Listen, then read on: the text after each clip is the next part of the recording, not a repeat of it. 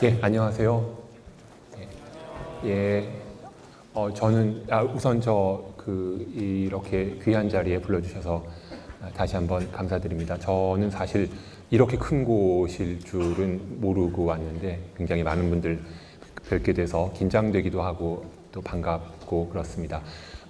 저 융합이라고 소개를 해 주셨는데 과연 저 말씀하신 기대하신 취지에 얼만큼 부응할 수 있을지 좀 걱정도 됩니다만 한번 제가 준비한 내용들을 말씀을 드리면서 같이 융합이라고 할 수 있는지는 모르겠지만요. 그냥 뭐랄까요, 좌충우돌하면서 한 20여 년 넘게 살아온 얘기들을 한번 해볼까 합니다. 저는 아까 소개받은 대로 현재 이화여자대학교 디지털 미디어 학부에 근무하고 있는 여운승이라고 하고요. 아까 교육받은 내용을 잠깐 말씀을 해주셨는데 정리하자면 일단 학부를 전기공학을 전공을 했었고요. 여기도 비슷한 전공하시는 분들이 아마 계실 것으로 생각이 됩니다. 그 다음에 석사도 전기공학을 했었습니다. 여기까지만 봐서는 그냥 평범한 공학도의 삶 혹은 공돌이의 삶을 살 수 있었을 텐데, 문제는 제가 이제 음악에 관심이 많았어가지고 그러니까 모든 문제의 근원은, 악의 근원은 항상 음악이었던 거죠. 이제 멀쩡한 길을 갈 수 있었는데 괜히 다른 곳으로 한눈 팔게 된 그런 계기는 항상 음악이었던 것 같습니다. 그래서 석사까지 마치고서는 뭔가 좀 새로운 거를 해보고 싶다, 음악에 관련된 일을 꼭 해보고 싶다라는 생각이 너무 커서 하던 공부를 접고 사실은 유학을 가게 됐습니다. 그래서 공부를 했던 게 음악에 관한 공부를 하고 싶었는데 어디로 가야 할지를 모르다가 미디어 아트를 가르치는 학교에 가서 두 번째 석사 과정을 미디어 아트 앤 테크놀로지라고 하는 프로그램을 밟게 됐었습니다. 그렇게 하고도 궁극적으로는 음악에 대한 어떤 욕구랄까, 음악을 하고 싶다는 생각이 해결이 되지를 않더라고요. 그래가지고 결국 하다 보니까 박사 학위까지 이제 음대에서 하게 됐습니다. 좀 이상하게 풀린 경우죠. 풀렸다고 할 수가 없죠. 사실 꼬인 경우죠. 좀 가슴 아픈 사연들이 굉장히 많이 있고요. 그리고 참고로 세 번째 석사 MA, 그러니까 예술 석사, 음악 예술 석사가 있어가지고 석사 학위가 3개가 아니냐라고 이제 그러시는 분도 계시는데 맞기는 맞습니다만, 저 석사 학위는 박사 학위를 주면 그냥 주는 학위입니다. 그러니까 없는 걸로 치셔도 괜찮을 것 같습니다. 자, 문제는 이거를 다 마치는데 17년이 걸렸습니다. 그냥 지나고 보면 17년이 걸렸다라고 하겠지만, 사실 제 입장을 바꿔 생각하면 제 자식이 만약에 공부를 하는데 17년을 공부를 하고 있다라고 하면은 안타까운 일이죠. 부모님께 참 죄송한 마음도 많고 그렇습니다. 근데 지나고 보면은 어떻게 그렇게 긴 시간 동안 할 수 있었을까 생각해보면 그냥 음악을 좋아해서라는 것밖에는 없었던 것 같고요. 저는 동기를 따져본다면은. 자, 간략하게 그렇게 말씀드리고 이 얘기는 나중에 다시 한번 돌아와가지고 해보도록 하겠습니다.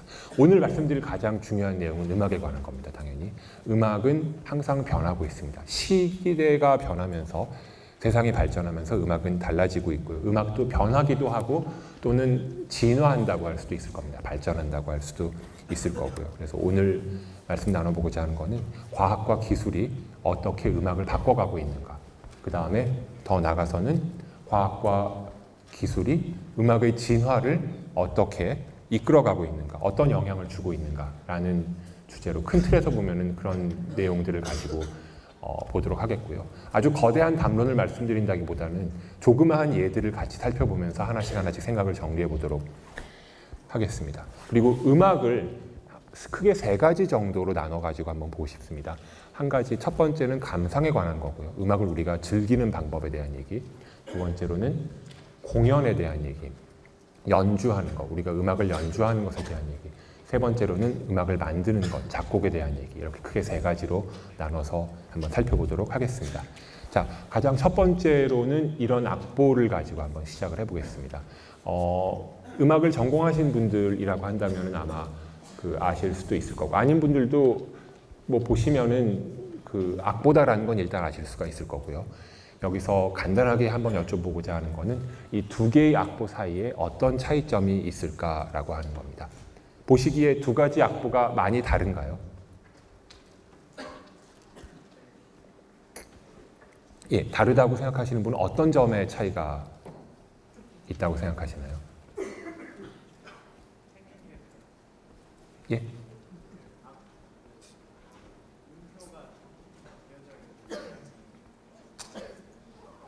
예, 정말 죄송한데 잘 들리지가 않아서 제가 어떤 말씀을 하셨는지 잘 못 듣긴 했습니다만 일단 처음이니까 아마 맞는 답을 말씀해 주셨을 것 같아요. 근데 그렇다고 믿고 이제 말씀을 드리자면은 왼쪽 곡과 오른쪽의 차이를 보자면 오른쪽은 왼쪽에 비해서 뭔가 다양한 기호들이 많이 있습니다. 사실 왼쪽에는 그냥 5선에 5개의 선 위에 음표만 그려져 있는 수준인데 오른쪽에 보시면은 그 F라고 하는 알파벳이 써 있기도 하고 그 다음에 아래쪽에 보시면 뭔가 흔히 볼 수 없는 기호 같은 것들이 그려져 있기도 하죠. 사실은 이 두 개의 곡은 서로 다른 작곡가가 만든 곡이기도 하고 서로 다른 시대에 만들어진 곡이기도 합니다.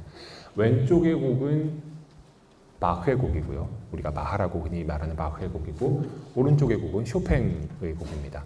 그러니까 왼쪽 곡이 오른쪽 곡에 비해서 단순하다고 해서 왼쪽의 곡을 만든 사람이 음악을 더 못하는 사람이다라고 말할 수는 없을 거예요. 그러기는 좀 힘들겠죠. 음악의 아버지가 만든 곡이 왼쪽이고 쇼팽이면은 음악의 어떻게 될까요? 한 고종 사촌 정도 되실지 모르겠는데 어쨌든 두 분 다 굉장히 훌륭하고 유명한 작곡가들이죠. 사실 이 두 가지 곡의 차이점의 가장 큰 원인은 이겁니다. 두 곡은 사실은 서로 쓰는 악기가 달랐던 거죠. 왼쪽에 있는 곡이 만들어졌을 당시에는 피아노라는 악기가 없었습니다. 피아노의 조상벌되는 합시코드라고 하는 악기가 있었고요. 그게 왼편에 나와 있는 악기고 오른쪽의 악기는 우리가 알고 있는 피아노입니다. 그래서 이 왼쪽에 있는 곡은 합시코드를 이용해서 만들어진 곡이고 오른쪽에 있는 곡은 피아노를 이용해서 만들어진 곡인데 두 개의 차이점은 무엇인가 하면은 합시코드라고 하는 악기는 강약이 없습니다. 그러니까 건반을 어떻게 누르든 간에 소리가 나거나 안 나거나이고 소리가 난다고 하면은 아무리 건반을 세게 눌러도 소리의 크기는 똑같습니다. 살짝 누르나 세게 누르나 소리에 강약이 없고요. 반면에 피아노 같은 경우는 여러분들 대부분 다 아시겠지만 건반을 세게 누르면 소리가 크게 나고 건반을 살짝 누르면 소리가 작게 나죠. 왼쪽의 악기는 강약을 표현할 수가 없었기 때문에 악보를 보시면 악보에 음의 크기에 대한 강약에 대한 기호가 아무것도 없습니다. 오른쪽의 악보는 음의 강약이 있기 때문에 보시는 것처럼 소리가 점점 커진다든지 작아진다든지 아니면은 강하게 포르테로 소리를 강하게 크게 낸다든지 하는 기호들이 나와 있는 거죠. 그리고 오른쪽 악보의 맨 윗줄 아래쪽에 보시면 이렇게 길게 줄이 늘어진 기호가 있는데 그 기호는 페달을 밟는 신호입니다. 그러니까 한 마디 동안 발로 페달을 밟았다가 마디가 끝날 때 떼라는 뜻이죠. 이게 의미하는 바는 뭐냐면은 음악이라고 하는 것은 예술적인 의도와 예술적인 어떤 표현을 위해서 만들어지는 것이기도 하지만 그 당시의 기술로 만들어진 악기에 의해서 영향을 받는다는 겁니다. 그래서 아까 교수님께서도 말씀하셨지만 예술이라고 하는 것은 사실 기술에서부터 결코 자유로울 수가 없다라고 하는 하나의 사례가 될 수 있겠고요. 그 다음에 매체의 역사에 대해서 간단히 한번 살펴보도록 하겠습니다. 혹시 종이가 가장 처음 만들어진 때가 언제인지 아시나요? 우리가 지금 쓰고 있는 예전에 이집트에 썼다고 하는 파피루스 같은 매체가 아니라 우리가 지금 쓰고 있는 것처럼 나무 펄프를 이용해서 만든 종이는 대체로 한 2000년 정도 됐다고 알려져 있습니다. 기원 후 105년에 중국에서 만들어졌다고 하는 얘기가 있고요. 인류가 촬영한 최초의 사진은 언제 만들어졌을까요? 라고 하는 게 그 다음 질문입니다. 보기를 간단히 몇 개만 드릴게요. 17세기, 18세기, 19세기, 20세기라고 만약에 한다면 언제가 답일까요? 17세기라고 생각하시는 분 있으세요? 18세기? 18세기면 1700년대에 해당하겠죠. 19세기? 예, 20세기. 예, 좋습니다. 거의 고르게 분포가 나오고 있는데 정답은 19세기 초반입니다. 1826년에 최초의 사진이 촬영이 되었고 그 사진은 이런 모습이었다고 합니다. 자, 저 사진은 사실 보면은 가만히 멈춰 있는 풍경화인 셈이죠.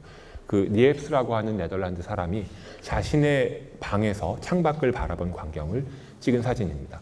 이 사진의 비밀 한 가지는 이 사진을 촬영하는데 약 8시간 정도가 걸렸다고 합니다. 그러니까 이 당시에는 지금 같은 카메라가 아니라 여러분들 과학 실험에 사용하는 바늘구멍 사진기 같은 장비를 이용해서 찍어야 했는데 노출 충분히 주기 위해서 8시간 동안 이 사진을 찍었어야 했고요.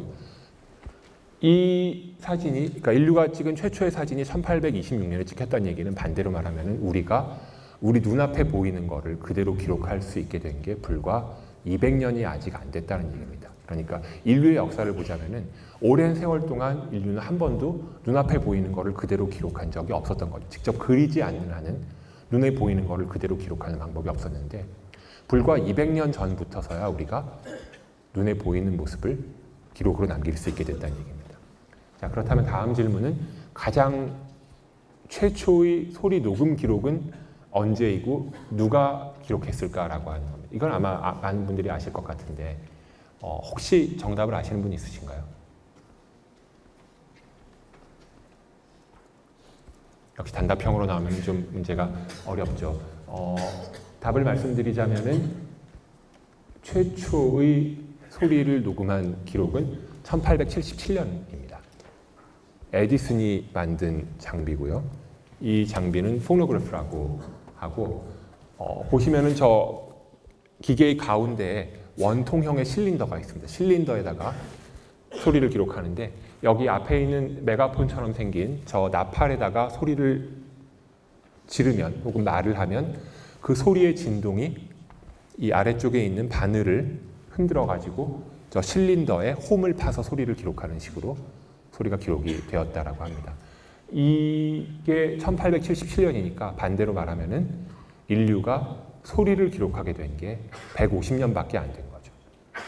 그러니까 여러분들 지금 우리가 소리를 기록할 때는 사실 스마트폰을 이용해서 녹음기 앱을 켜서 언제든지 원하는 소리를 기록을 할 수가 있지만 그렇게 되기까지는 정말 오랜 세월 동안은 전혀 그런 경험을 할 수가 없었고 불과 150년 전에 최초로 소리를 그렇게 기록하게 됐고 우리가 마음대로 들고 다니면서 소리를 기록하게 된 거는 훨씬 더 짧은 역사를 가지고 있다는 얘기입니다.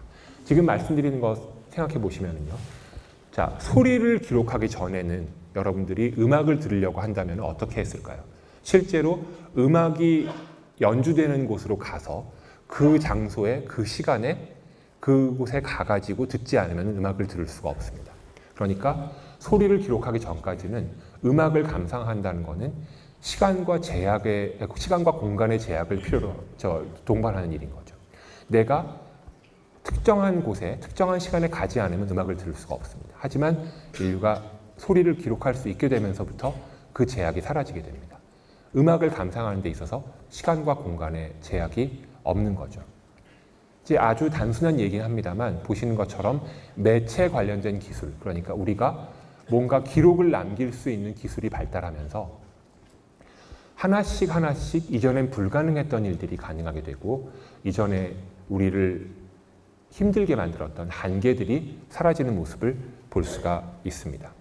이게 이제 요 에디슨의 그 실린더의 모습이고요. 그 다음에 이 당시만 해도 문제는 뭐였냐 하면은 저렇게 실린더의 소리를 기록하면은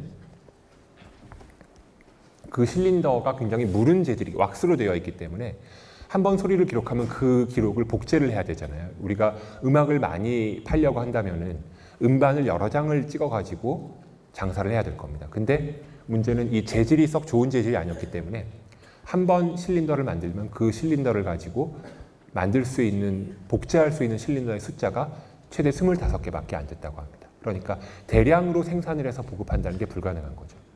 그래서 그래서 이 당시에 여러 통의 실린더를 만들려고 하면은 굉장히 우스운 얘기지만 밤새도록 오케스트라가 연주하면서 똑같은 걸 계속 반복해서 연주하면 그걸 받아가지고 실린더를 복제해서 하나당 20개씩, 25개씩 만드는 수밖에는 없었다고 하고요.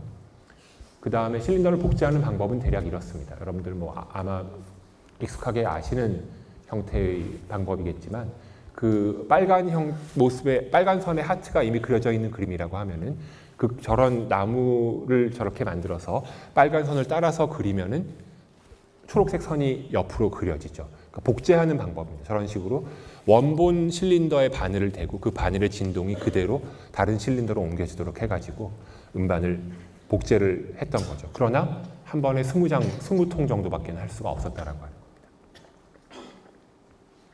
조금 더 발전된 매체가 한 10년 뒤에 나오는데 이거는 그라마폰이라고 하고요. 이거는 이제 우리가 지금 보고 있는 지금도 볼 수 있는 LP 레코드 같은 검은색 플라스틱 레코드의 원형이라고 할 수가 있을 겁니다. 더 이상 왁스를 쓰지 않고 플라스틱 재질, 미국 사람들은 이제 비닐, 바이닐이라고 하는데 플라스틱 재질의 판을 쓰기 시작을 하고요. 그래서 보시는 것처럼 아까와 거의 비슷합니다. 나팔 형태로 소리를 받아들인 다음에 그 소리의 진동을 바늘로 판 위에 쓰는 방식으로 기록을 했다고 합니다. 그래서 지금 간단하게 한번 보여드릴 비디오가 소리가 나지를 않는데요. 아주 간략하게 말씀드리자면 이게 1940년대에 음반을 만드는 과정을 보여주는 그런 비디오인데 아주 간단하게만 보고 넘어가도록 할게요. 보시면은 저거하고 비슷합니다. 여러분들 석고로 조각을 할 때, 석고로 조각을 만들 때 처음에 찰흙으로 먼저 만들고 그 위에다가 석고를 붓는 식으로 하죠. 그러니까 틀을 만들고 거기에다가 석고를 부어서 그걸 굳히는 식으로 하는데 이 경우도 비슷합니다. 그러니까 보시는 것처럼 저렇게 플라스틱 재질의 왁스를 고르게 편 다음에 원반을 만든 다음에 저기에다가 이제 홈을 파가지고 음반을 만들고 거기에 금속을 부어가지고 음반을 계속 찍어낼 수 있는 틀을 만드는 그런 과정이라고 생각하시면 될 것 같아요. 이 방법 혹시 예전에 동네마다 부르는 이름이 다르긴 한데 뽑기 같은 음식을 만약에 혹시 경험해 본 적이 있는 분들은 아마 그와 비슷하다는 것을 아실 수 있을 겁니다. 이렇게 만들어진 판을 스튜디오로 가져가서 보시면은 꼭 주방처럼 피자를 굽는 주방처럼 생겼는데 저기서 만든 판을 옆에 스튜디오로 가져가면은 여기가 소리를 녹음하는 곳입니다. 저렇게 바늘을 올려놓고요. 바늘을 올리면 이제 녹음 준비가 된 거고요. 이게 우리가 지금 스마트폰의 버튼을 누르거나 아니면은 레코더의 단추를 누르는 것과 같은 역할을 하게 되는 거죠. 저렇게 녹음 준비를 한 다음에 그 다음에 이분이 지금 요즘으로 치면 스튜디오에서 믹서 앞에 앉아 있는 오디오 엔지니어라고 할 수 있겠고 이게 1940년대에 쓰던 음향 장비에 해당하는 그런 장비가 되겠죠. 그리고 안쪽에 녹음하는 곳에는 저렇게 연주자들이 다 모여 있고 한 번에 녹음을 합니다.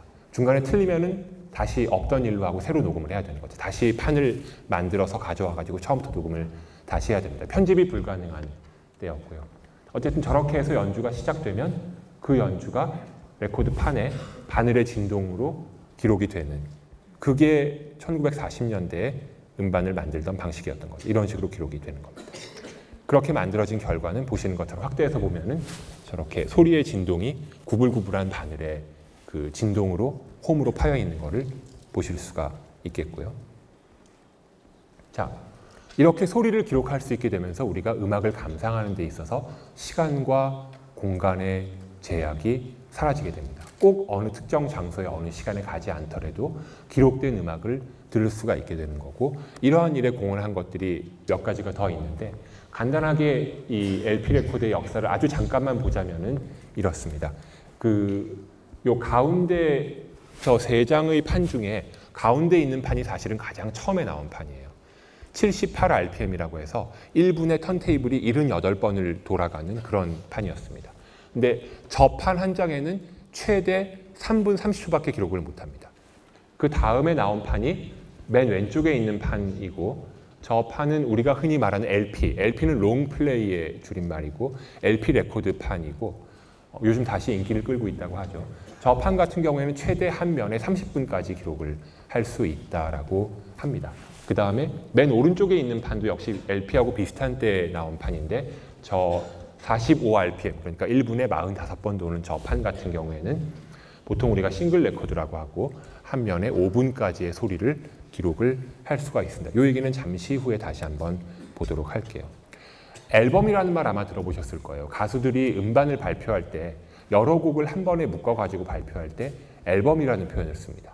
실제로 앨범이라는 표현을 쓰는 이유는 뭐냐면은 예전에 처음에 음반 시장에서는 저 78rpm짜리 가운데 있는 판에다가 음악을 담아서 음악을 유통해야만 했어요. 그러다 보니까 한 곡이 최대 3분 30초 이상을 못 넘어가고 여러 곡을 한꺼번에 듣거나 긴 곡을 들으려고 하면은 레코드를 여러 장 가지고 다녀야 했습니다.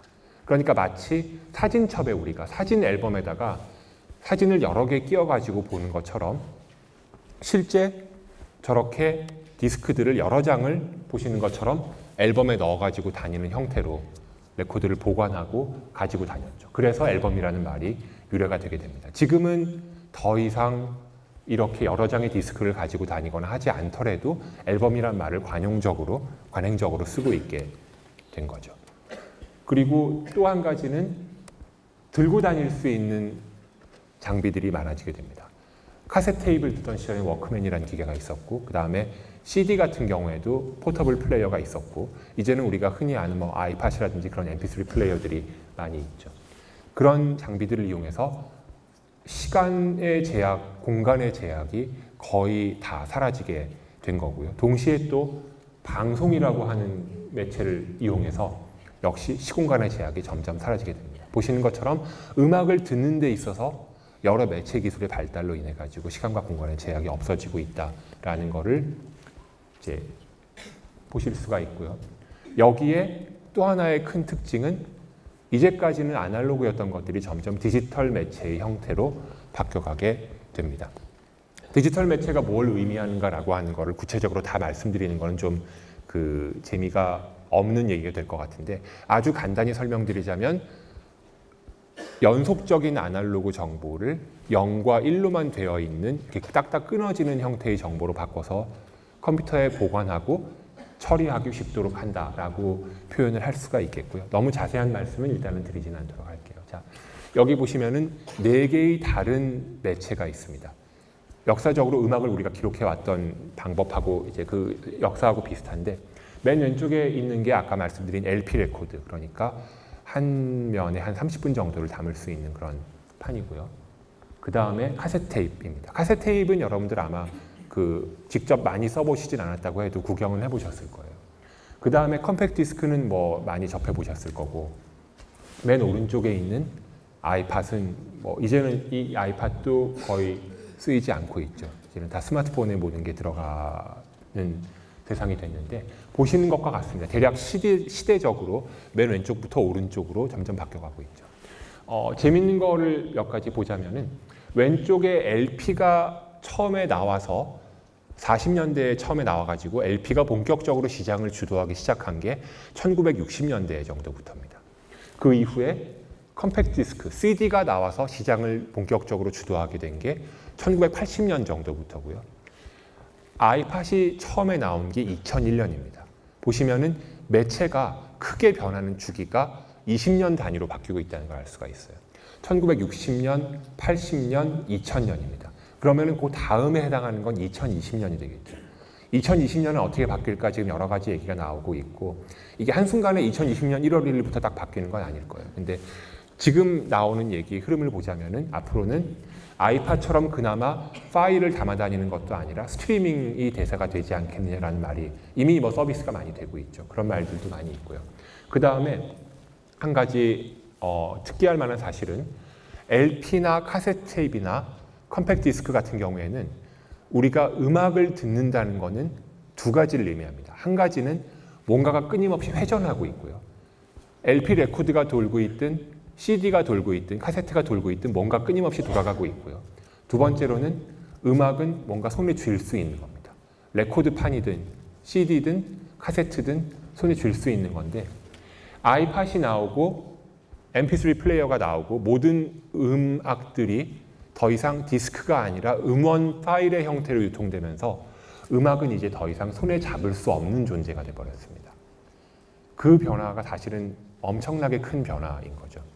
이게 사실은 사회 모든 부분에서 이런 비슷한 일이 일어나고 있는데 우리가 이제까지는 눈에 볼 수 있고 손에 잡을 수 있던 것들이 더 이상 눈에 딱 보이지 않고 손에 잡을 수 없는 걸로 바뀌어가고 있습니다.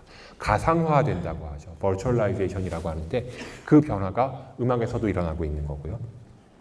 그 다음에 재미있는 자료를 하나 보자면은 이게 미국 음반협회에서 조사한 자료인데 1940년대부터 2010년대까지 인기 있는 곡들, 팝송이라고 할 수 있겠죠. 팝송의 길이가 변해가는 과정을 보고 있습니다. 평균적으로 팝송의 길이가 얼마가 되는가를 보여주는데 보시면 40년대, 50년대, 60년대까지는 3분을 넘지 않습니다. 그 가장 큰 이유는 아까 말씀드린 대로 당시에 음악을 담아서 유통할 수 있었던 그 레코드판, 매체가 한 면에, 한 디스크 하나에 3분 이상을 기록할 수 없었기 때문이죠. 그러니까 모든 곡들은 3분 이하로 만들어져야지만 유통이 가능했던 겁니다. 그게 60년대 LP가 나오면서 이 때를 기점으로 해가지고 길이가 급격하게 길어지게 됩니다. 그래서 60년대에서 70년대 사이에 노래의 평균 길이가 1분 이상 길어지게 됩니다. 이 당시에 굉장히 사상적인 변화가 크게 일어난 것도 물론 영향을 줄 수 있겠지만 그거보다 더 중요한 거는 매체가 바뀌면서 긴 곡을 소화할 수 있게 된 거죠. 긴 곡을 서포트할 수 있게 된 거죠. 그리고 80년대까지 그 흐름이 쭉 이어져서 4분 30초대 정도까지 올라오게 됩니다. 3분 30초가 아까 말씀드린 그 예전에 쓰던 싱글 레코드판의 길이였기 때문에 저거를 넘어가게 된 거고요. 그리고 80년대 들어와서 CD가 나오면서는 사실은 큰 변화는 없습니다. 왜냐하면 CD는 기본적으로 디스크 한 장에 들어갈 수 있는 노래의 시간이 LP랑 큰 차이가 없기 때문에 여기서는 큰 변화가 없는데 2000년대 들어오면서 죄송합니다. 2000년대 들어오면서 다시 한번 가볼게요. 2000년대 들어오면서 다시 음악이 길어지고 있습니다. 이제 MP3 플레이어의 시대로 들어오면서 그나마 CD 한 장에 80분이라는 제약도 없어지기 때문에 곡의 길이에 아무런 제한을 받지 않는 거죠. 그래서 지금은 2010년대에는 거의 5분으로 향해 가고 있는 그런 추세를 볼 수가 있습니다. 자, 그리고 이 다음에 이제 보여드리려고 하는 비디오가 하나 있는데 이게 지금 소리가 잘 나지를 않는 것 같아서요. 요거는 나중에 혹시라도 다시 소리가 날 수 있게 되면은 그때 한번 확인을 다시 해보도록 그렇게 하겠습니다. 근데 간략하게 이 비디오의 내용을 말씀드리자면은 시간이 가면서 음원의 소리가 점점 커지고 있다라고 하는 얘기고요. 이게 마치 저거랑 비슷합니다. 여러분들 식당가에 보시면은 여러 식당이 모여 있는 골목이 있는데 식당에서 어느 한 집에서 조미료를 좀 많이 쓰기 시작하면 그 집이 이제 그 음식 맛이 확 좀 땡기고 좋아지는 그런 느낌이 오죠. 그러면은 손님들이 그 집으로 쫙 몰립니다. 그러면은 다른 집, 저기 보시면 잠깐 나오고 있는데 시간이 갈수록 지금 같은 노래가 시간이 갈수록 점점 커지고 있다는 얘기고요. 그 조미료를 쓴 집이 장사가 잘 되면 다른 집도 너도 나도 비결을 알고서는 조미료를 넣기 시작합니다. 그러면 점점 동반 상승해가지고 그 음식 맛이 점점 자극적이 되는 거죠. 그것과 비슷한 일이 지금 음반 업계에도 일어나고 있습니다. 이 보시는 곡이 1980년대의 곡을 시각적으로 보여주는 건데 보시면은 이렇게 노래가 그렇게 크지 않고 중간중간에 쉬어가는 곳이 많이 있어요. 근데 이게 2000년대에 들어오면 노래가 이렇게 바뀌게 됩니다. 음량이 전반적으로 굉장히 많이 커졌고 중간에 쉬어가는 구석이 하나도 없고요. 이거는 그나마 괜찮은 편이고 2000년대 후반에 메탈리카의 노래를 보면은 거의 이 정도까지 오게 되죠. 완전히 빈틈이 하나도 없는 수준까지 오게 됩니다. 그러니까 소리들이 점점 커지고 있어요, 사실. 그러니까 우리가 알게 모르게 70년대에 가장 시끄럽게 생각하는 락 음악이 사실은 절대적인 음량만으로 보자면은 2010년대에 우리가 편하게 듣는 발라드 음악보다 더 조용합니다. 믿거나 말거나 그런 일들이 벌어지고 있는 거예요. 어쨌든 그렇게 이제 그 매체가 바뀌어가고 있고요. 음악 감상에 대한 얘기를 말씀드렸으니까 이제는 악기에 대한 내용으로 한번 넘어가 보도록 하겠습니다. 악기를 여기 4가지를 제가 예를 들어서 보여드리고 있는데 아주 단순하게 보자면 이 4가지의 악기가 시대적으로 변해온 순서라고도 할 수 있을 겁니다. 그러니까 맨 왼쪽에 있는 타악기, 저기 이제 뭐 북이 나와 있는데 타악기 같은 경우는 사실 가장 단순한 형태의 악기죠. 사람이 어떤 이런 표면이나 물체를 손이든지 아니면 막대 같은 걸로 때려가지고 그 진동이 몸체에서 증폭돼서 울려 퍼지는 그런 형태의 악기입니다. 이때 이 타악기의 특징 중에 하나는 뭐냐면은 사람이 손을 대거나 막대로 때리는 곳, 그러니까 여기서는 저 북의 그 막이 되겠죠. 이 막의 진동이 그대로 소리의 진동이 되고, 무슨 얘기냐면 사람이 손을 대는 곳과 소리가 나는 곳이 붙어 있다라고 하는 거죠. 사람이 손을 대는 곳에서 소리가 만들어집니다. 소리가 시작됩니다. 처음에. 바이올린 같은 경우는 그거보다 좀 더 복잡하죠. 우리가 활이나 손을 이용해서 줄을 건드리면 줄의 진동이 이어지기는 그 소리로 만들어지기는 하는데 북에 비해서는 훨씬 더 복잡한 조작을 해야 됩니다. 오른손으로는 음량을 조절하고 왼손으로는 음의 높이를 조절하는 그런 복잡함이 있겠죠. 관악기는 그보다 좀 더 복잡한 형태를 보이고 있고, 가장 오른쪽에 있는 피아노, 건반악기 같은 경우에는 소리가 나는 곳과 우리가 치는 곳이 완전히 떨어져 있습니다. 피아노가 사실 구성이 어떻게 되어 있냐면 우리가 피아노 건반을 두드리면 피아노 건반이 그대로 소리를 내는 게 아니라 피아노 건반이 안에서 복잡한 기계 조작을 거쳐서 몸체 안에 있는 줄을 망치로 때려가지고 소리가 나게 돼 있죠. 그러니까 사실은 이게 떨어져 있는 겁니다. 우리가 건드리는 건반, 그러니까 인터페이스라고 할 수 있는 건반과 실제로 소리가 나는 몸체 안에 있는 줄과는 완전히 분리되어 있는 그런 구조인 거고요. 그래서 악기가 발달하면서 우리가 한 가지 느낄 수 있는 거는 점점 발달하면 발달할수록 사람이 조작하는, 사람이 손을 대는 인터페이스 부분과 소리가 나는 음원 부분이 더 멀어지고 있다는 겁니다. 개념적으로도 그렇고 실제 물리적인 거리도 더 멀어지고 있다는 걸 하나 볼 수가 있고요. 그리고 최근에는 이렇게 통기타처럼 그냥 우리가 줄을 튕겨서 울림통의 소리로 들을 수 있는 어쿠스틱 악기가 있는가 하면은 전기 기타처럼 줄의 진동을 전기적으로 증폭해가지고 소리를 듣는 악기가 있고요. 아예 그걸 넘어서 컴퓨터로 소리를 만들어가지고 조작해서 스피커를 통해가지고 듣는 그런 형태의 악기도 나오고 있습니다. 그러니까 점점 소리를 만드는 과정이 어쿠스틱하게 음향학적으로 자연스럽게 만드는 게 아니라 전기의 힘을 빌거나 아니면 컴퓨터의 계산을 통해 가지고 소리를 만드는 식으로 바뀌어가고 있다라고 하는 것을 볼 수가 있고요.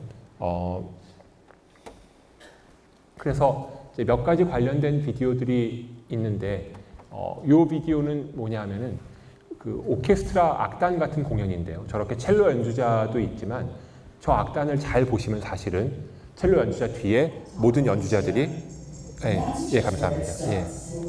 연주자들이, 무대에 있는 연주자들이 노트북 컴퓨터를 앞에 하나씩 놓고 있습니다. 그러니까 전통적인 형태의 악기가 아닌 거죠.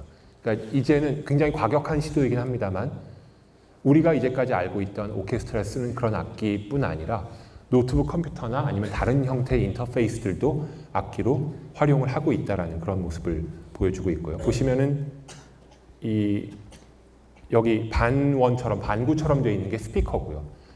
여러 채널의 스피커가 있고 여기 노트북 컴퓨터를 가지고 소리를 만들어서 스피커를 통해서 내고 있습니다. 그래서 이 사람들이 무대에서 하는 거는 무대 위에서 프로그램을 짜거나 뭔가 조작을 해가지고 실제 연주를 하는 거죠. 그 다음에는 또 리액터블이라고 하는 악기라고 할 수도 있고 혹은 테이블탑 인터페이스라고 보통 하는데요. 테이블 위에다가 저렇게 그 물체를 올려놓고 직접적으로 그 물체를 조작하면은 거기에 따라 소리를 만들 수 있는 그런 형태의 인터페이스입니다. 이거 같은 경우는 전통적인 악기하고는 거리가 멀죠.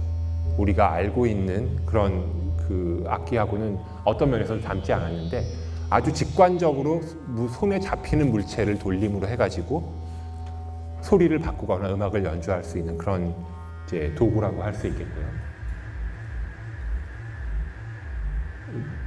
테이블 위에 어디에 올리느냐에 따라 가지고 자동으로 위치를 감지해서 효과를 바꿔주기도 합니다. 그 다음에 아마 아시는 분들도 계실 텐데 그 아이폰 오카리나라고 해서 그 전화기의 마이크 있죠. 우리가 통화할 때 그 소리를 전달하기 위한 마이크 부분에다가 숨을 불어넣고 스크린 위에 저 점 4개의 위치를 손가락으로 다르게 눌러가지고 마치 오카리나처럼 연주하는 그런 형태의 앱이기도 합니다.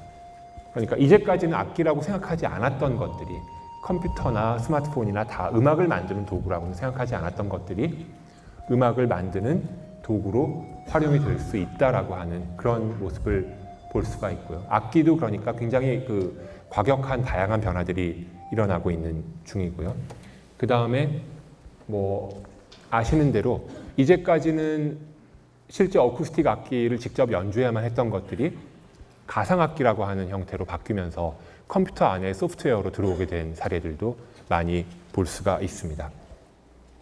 그리고 음악을 연주하는 형태 자체도 많이 달라졌는데 아까 그 보신 것처럼 노트북 컴퓨터나 전화를 사용하는 경우도 있었고 그 다음에 이 공연 같은 경우는 이것도 벌써 한 10년 정도 넘은 공연이긴 한데요. 보시면은 이 경우에는 연주자들이 무대에 올라가서 악기를 연주한다기보다는 두 사람이 올라와서 무대 위에서 프로그래밍을 시작을 합니다. 프로그래밍을 하면서 소리를 만들고 그 소리를 만든 걸 가지고 연주를 하는 그런 이제 공연이라고 보시면 되겠고요. 화면에는 두 사람이 프로그램하는 과정이 전부 다 함께 보여지게 되는 거죠. 물론 이제 그 논란이 많이 있을 수 있습니다. 저걸 어떻게 음악이라고 할 수 있느냐, 저게 무슨 연주냐라고 하는 비판이 당연히 많이 있을 거고요. 여전히 논란의 대상이기도 한데 그 얘기에 대해서는 뒤에서 조금 더 그 다른 측면에서 한번 접근을 해보도록 하겠습니다.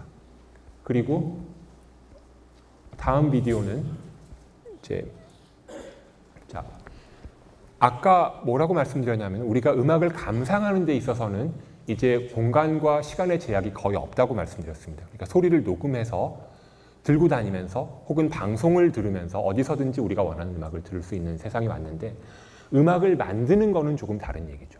예를 들어 내가 친구들과 밴드를 하는데 합주를 하고 싶다라고 한다면 실제로 친구들과 함께 특정한 장소에 모여서 연습실에 모여가지고 같은 시간 같은 장소에 모여가지고 연주를 해야만 같이 음악을 만들 수가 있는 거죠.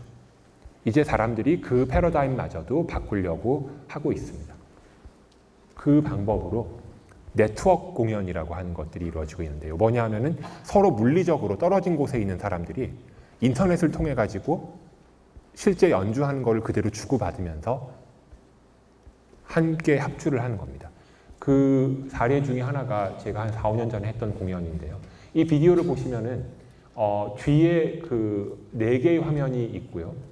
앞에 연주자들이 나와 있는데 참고로 음악은 그렇게 썩 그 유쾌한 음악은 아닙니다. 아마 좀 들으면 또 기분이 살짝 나빠질 수도 있는 그런 음악이긴 한데 중요한 거는 뭐냐면은 저기 보시면은 뒤쪽에 4개의 화면이 왼쪽 위는 뉴욕이고요. 오른쪽은 캐나다의 밴프, 아래쪽의 왼쪽은 북아일랜드의 벨파스트고 아래쪽 오른쪽은 미국에 있는 샌디에고입니다. 그리고 앞에 보이는 실제 보이는 연주자들은 서울에 있는 연주자들이고요.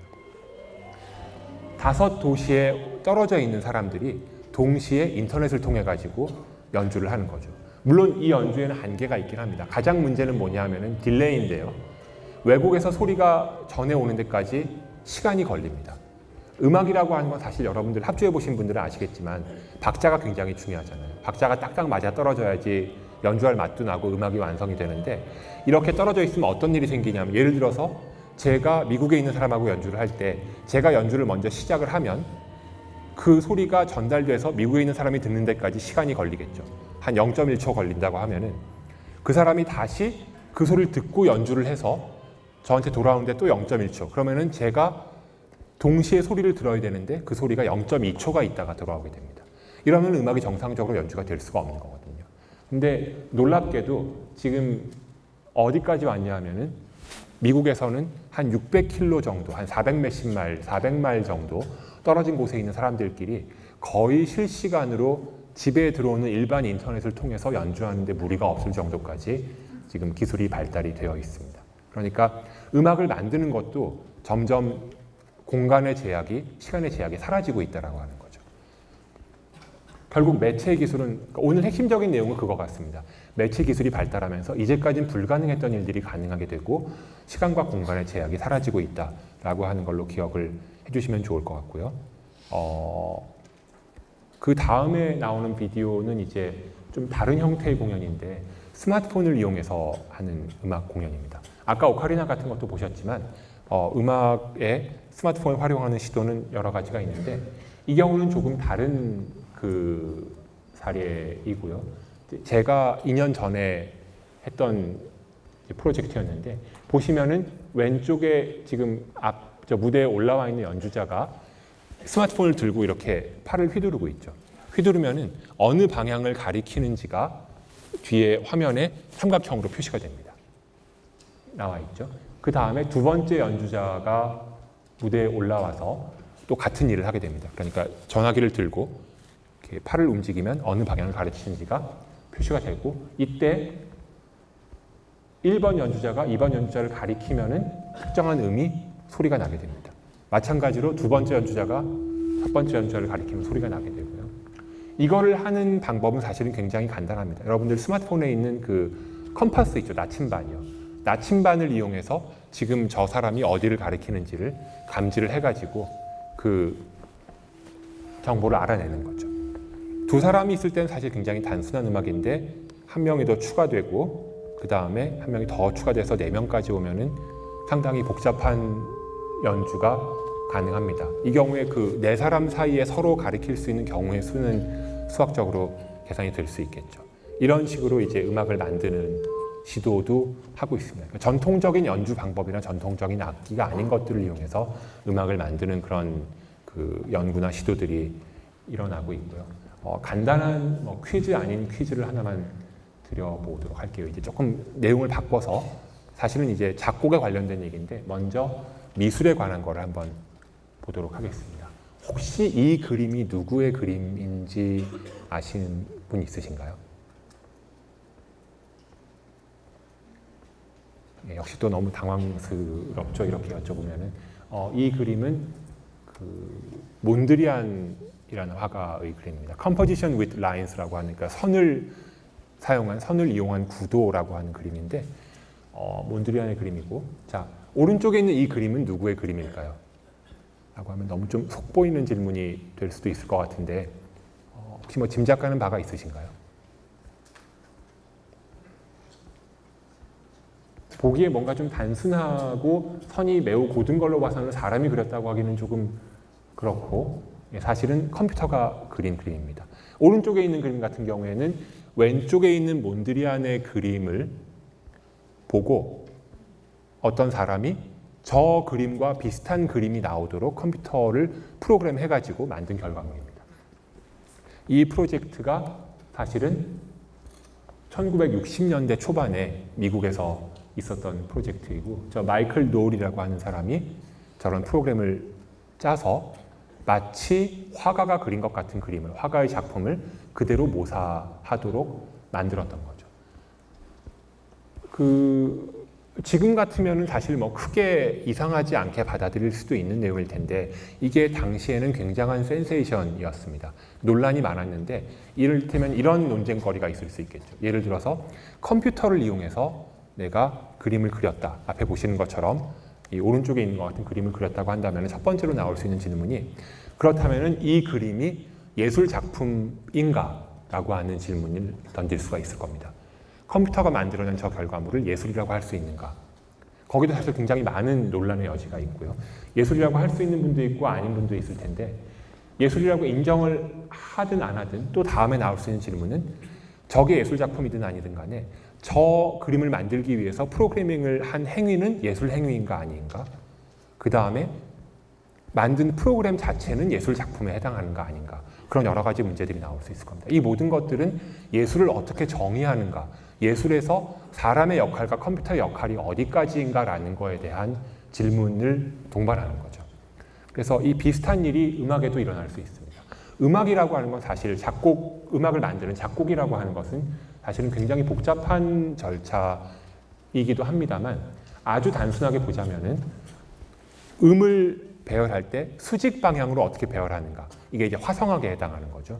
그 다음에 수평 방향으로 앞에 어떤 음이 나오면 뒤에 무슨 음이 따라올 것인가를 결정하는, 이게 대위법이라고 할 수 있을 겁니다. 즉 화성학과 대위법 두 가지 규칙을 만족하도록 음을 배열하는 과정이라고 아주 단순하게 표현할 수도 있을 거예요. 그렇다고 한다면 만일 어떤 규칙이 있다면 그 규칙만 컴퓨터가 제대로 구현해 줄 수 있다면 컴퓨터가 음악을 만드는 것도 충분히 가능할 겁니다. 실제로 그런 시도를 한 사람이 있는데, 일단 음악을 한번 들어보실게요. 소리가 좀 작긴 한데, 혹시 이 음악을 들으시면은 누구의 곡이라고 생각이 되시나요?